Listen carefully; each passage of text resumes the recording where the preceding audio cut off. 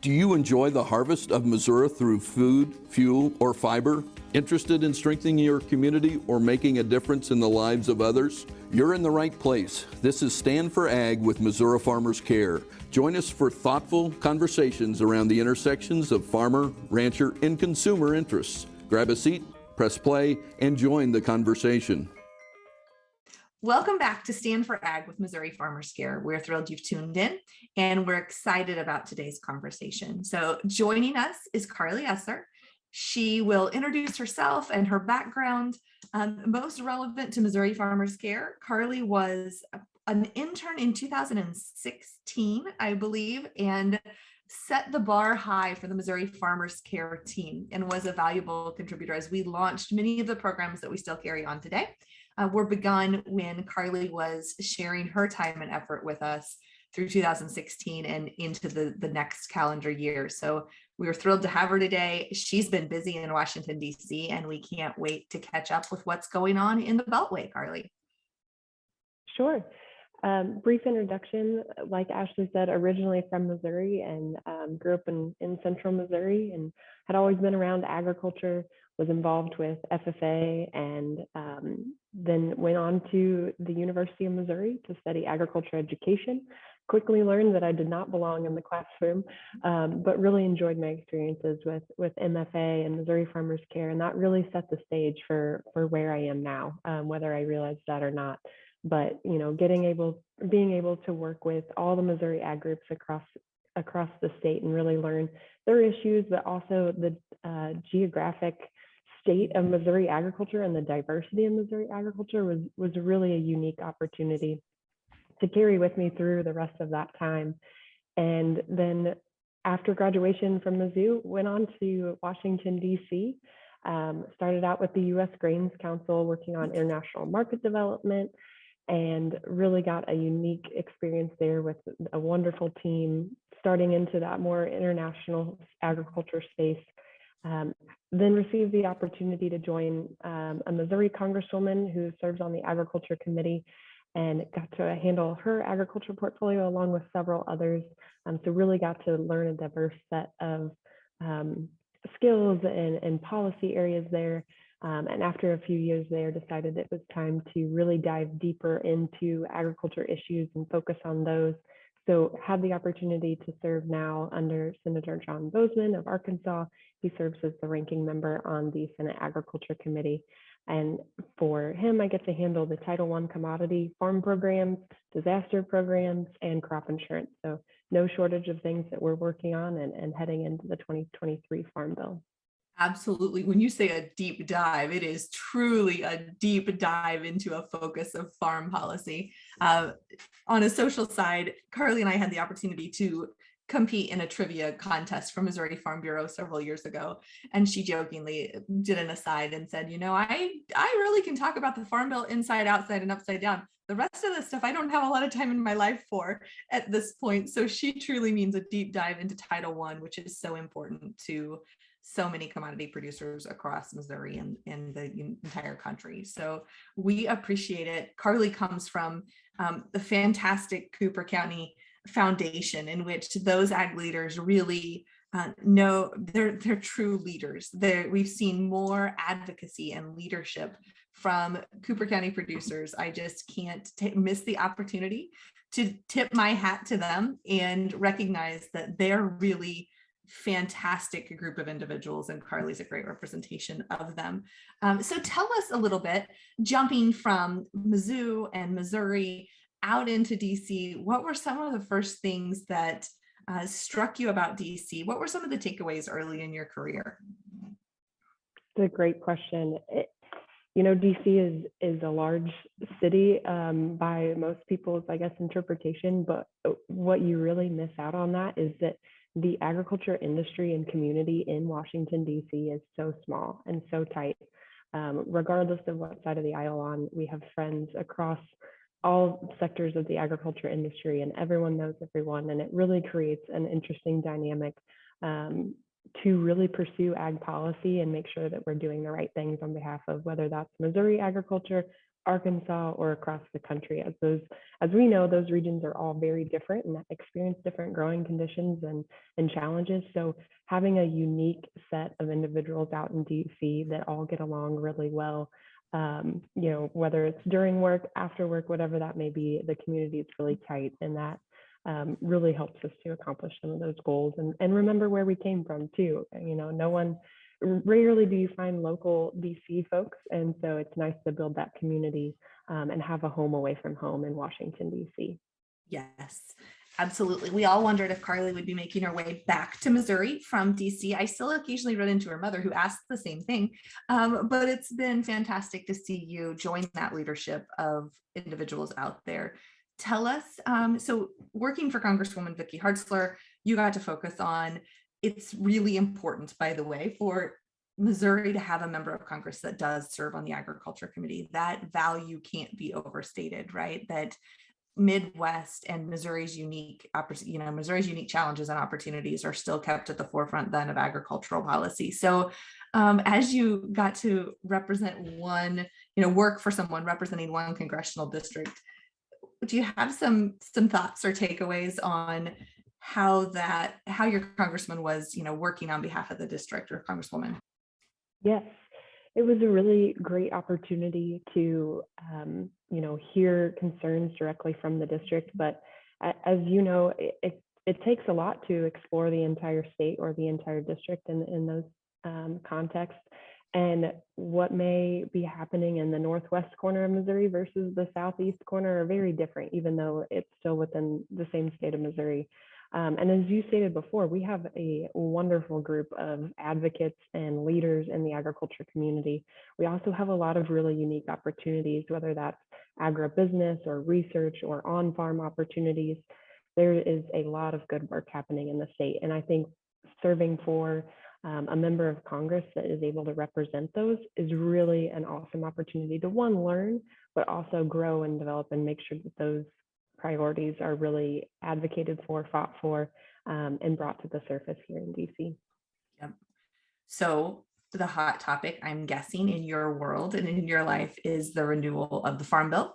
The 2023 Farm Bill is on the docket. The work is, what I hear, starting in earnest. So tell us a little bit about where you are in the process. I know that as you, I'm a lover of the policy making process. I love the sausage making process of policy, but also know that sometimes policy making process gets caught in the trade winds of the political process. So what does the 2023 Farm Bill look like? What are you doing on a regular basis in all the moving parts of Title I?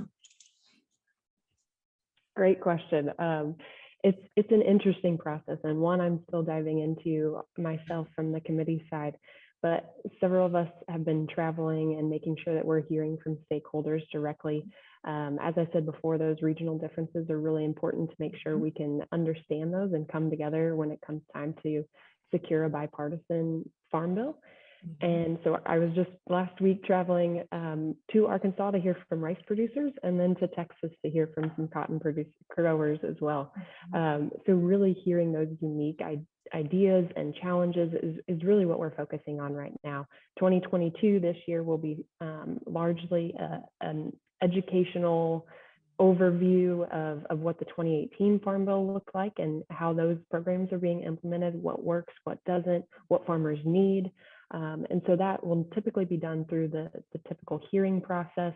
So we'll start kicking those off in the spring with some field hearings in Michigan and then also in Arkansas, and then we'll broaden out from there and have some in DC as well. So we're actively engaging with stakeholders across the country to make sure we're hearing all those concerns. Then as we know, the 2018 Farm Bill expires in September of 2023. So hopefully we will have things ready to go. But at the same time, we're facing some unique challenges in the sense of we have an election coming up, and depending on who holds the gavel at the end of the day has a large impact on how that Farm Bill is written. We've also had some other challenges in the sense of some policies proposed that directly impact agriculture that haven't had a lot of input from the committees or from industry stakeholders. And that's a real problem when you're spending billions of dollars that directly impact those folks with no input. So we want to make sure we get back to the historical precedents of bipartisan engagement with stakeholders and making sure we're doing what is needed for on-farm folks. Yes, I can only guess, and I'm just looking in from the outside, Carley, of the proposal that Agriculture Secretary Bill Sack rolled out recently in Jefferson City, actually came to Jefferson City to talk about climate smart agriculture, but that comes out of the Commodity Credit Corporation that really does impact. Jim Wiesmeyer summed it up that USDA perhaps is starting to look at the Commodity Credit Corporation as the ATM to fund agricultural policies. And so I know there's opportunities there on the farm. And then I understand, as you're saying, the precedent coming from a bipartisan group of members of Congress and US Senate that then take a long range view, right? We take a 5-year view of agricultural policy. So there is a lot of moving parts right now. Sure. So yes, the $1 billion for climate smart ag partnerships from the CCC is definitely something we're tracking very closely. I think we want to make sure that that funding is going to producers. There has been several groups in industry stakeholders that have expressed interest in applying for those dollars. And we know that a lot of farm groups are already doing a lot of these practices, but something that we're really concerned about too is as long as this remains voluntary, great. But as soon as we start to see some mandatory or, the carrot versus the stick type stuff, that's when we really get concerned. And we want to make sure that producers are able to be economically viable and able to do what production practices are best for their operation. As we know, they're still working to do what is best for the environment that makes up their operation as well. Yes, absolutely. What I hear from producers is that one size fits all doesn't work. We're all very unique, as you said, from Northwest to Southeast Missouri, there's so many differences, let alone across the entire nation. And so exactly, we support through our Leopold Conservation Award and the other programs that we do, highlighting the best of the best practices and that quest for continual improvement in what we do and how we produce and how we come up with the abundance that feeds our nation and the world in a very environmentally friendly, stewardship-minded production practice that I know that our producers are always striving for. So I think that's a good feel. Okay, so you talked about hearings, taking input. We really haven't talked about the scope and scale of the Senate Ag Committee. It's not Carley and Congressman Boozman, right? There's a lot of people that are on your team and on his team to make these policies happen. Talk about your team and the size of a number of individuals that are looking toward farm policy. Absolutely, great question. It's interesting to see what goes on behind the scenes, right? And you're lucky that it's not just me and Senator Boozman, because I think the ag community would be concerned. No, we have a wide range of experts, and that's exciting. And it is a wonderful team to get to work alongside and learn alongside. We have about 15 individuals who specialize on livestock, specialty crops, environment. One of my colleagues likes to joke the non-ag side of things. So, the ethanol side, the transportation side, all those things, CFTC, and we have all sorts of experts that really get to dive deep in those things. And they're all individuals who have vast experience, vast knowledge, and truly care about what impact is going to have on farmers. And as we look at the 2023 Farm Bill, so I can share that you are in good hands. And beyond that, we also have our House and Senate counterparts, minority and majority. They're all great folks. We do get along, regardless of what the media says. I think we need to separate what we're arguing about with the human being across from the table, and that's something that we really do enjoy getting to interact with each other and work together to solve these problems, even if we have, ideological differences there. Yes, I think you can see that if you get to spend much time in DC, you can see that bipartisanship truly play out. It does happen. I'm not an insider in Washington, DC, but I also am not someone who, from the time I've spent working agricultural policy for the Corn Growers Association, I don't think our entire process is broken, right? There are some really there may be some fundamental weaknesses that we have in our democracy, but I have seen the exact thing that you're describing, the bipartisanship, the folks that are working in the best interest of agriculture. And we really rely on those programs to provide a safety net and structure and everything else across this country. So I've seen that play out and can affirm there are a lot of great individuals really working for the best of agriculture, which is great. We need everything that we can get to continue to ensure the themes that we talk about here, our freedom to operate, our ability to utilize new technologies, and just the freedom to be able to continue improving and growing food across the country. So tell us what you're digging into as you look at the 2018 Farm Bill. What on a regular basis are you working on, or what issues do you see on the horizon that you guys will be focusing on over the next year to be able to prepare anything new or different for 2023? Yeah, there's a lot of things happening right now. I'll start with the immediate, would be the 10 billion in ag disaster assistance. We're still waiting on more details from USDA to come from that program, and we're tracking that very closely. That's something we know that, so that was for 2020 and 2021 disasters. So some of these producers are seeing 2 years now where they haven't seen that assistance. So we want to make sure that gets out in a timely manner and in the right hands. So that's something we're tracking in the immediate time. Looking a little bit longer term, we've heard from a lot of the groups that they want some improvements to the Title I safety net programs, as well as making sure crop insurance continues to be protected and a viable option for producers. We're coming off of 5 years of ad hoc disaster assistance, so that's really impacting some the dynamics of producers right now. Input costs are extremely high right now. Prices are high, which is great for some folks, but like I said, input costs are really digging into that, what might be farm income at this point. So we're concerned about that. And as far as improvements to Title I, a lot of folks have mentioned wanting an increase in reference prices.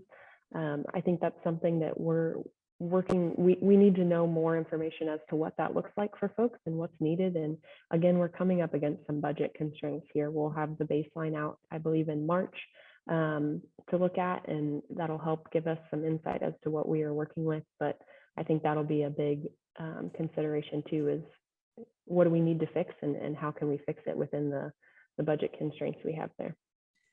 Are the ad hoc disaster payments not included in the budget baseline? Is that right?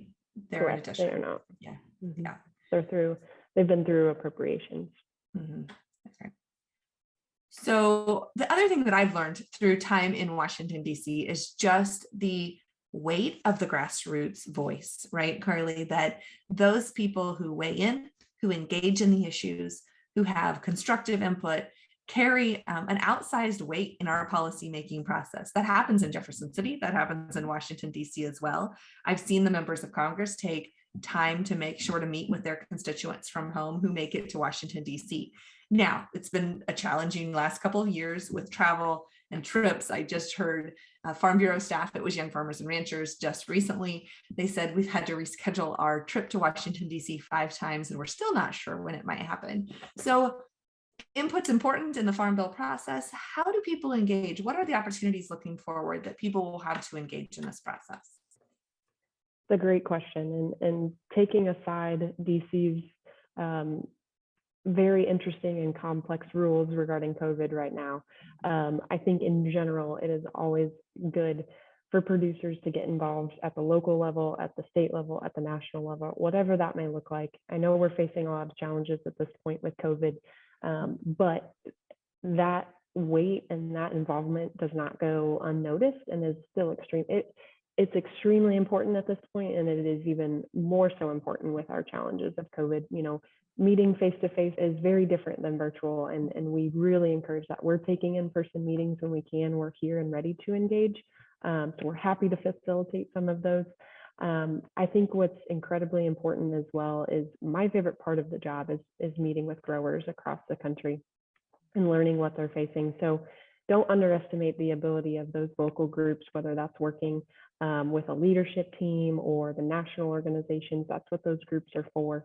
And a lot of times, I think when we hear directly from producers or build those relationships, or when it's through the national groups or the state groups, that we really do take into consideration those thoughts. I know, Carly, in your previous role working for a member of Congress, sometimes you just needed an issue expert or someone who was experiencing something firsthand to hear from. So even reaching out to your member of Congress and sharing a perspective or a challenge that you have that's unique on your farm may end up with follow-up conversations that really yield some fruit in the policymaking process, right? And in that process. Also, I'll just do a pitch from the Missouri Farmers Care side. We're not a membership organization directly for producers, but those organizations that make up Missouri Farmers Care, from cattlemen and pork and corn and soybean and Farm Bureau and St. Louis Agribusiness Club and many others, they all have strengths in the ability to build and maintain open communication with our members of Congress so that they're on top of these issues. They're connected with their national group. So for those listeners who may not be a member of their specific commodity organization or trade organization, they really are, they have staff and they're working as a liaison full-time with the issues in Washington, D.C. to make sure that voices are heard. Absolutely. And I do think a great example of that recently occurred is the ag community really stood together to eliminate the proposal to eliminate stepped up basis and those other tax proposals that were going to be really detrimental to agriculture and to family farms.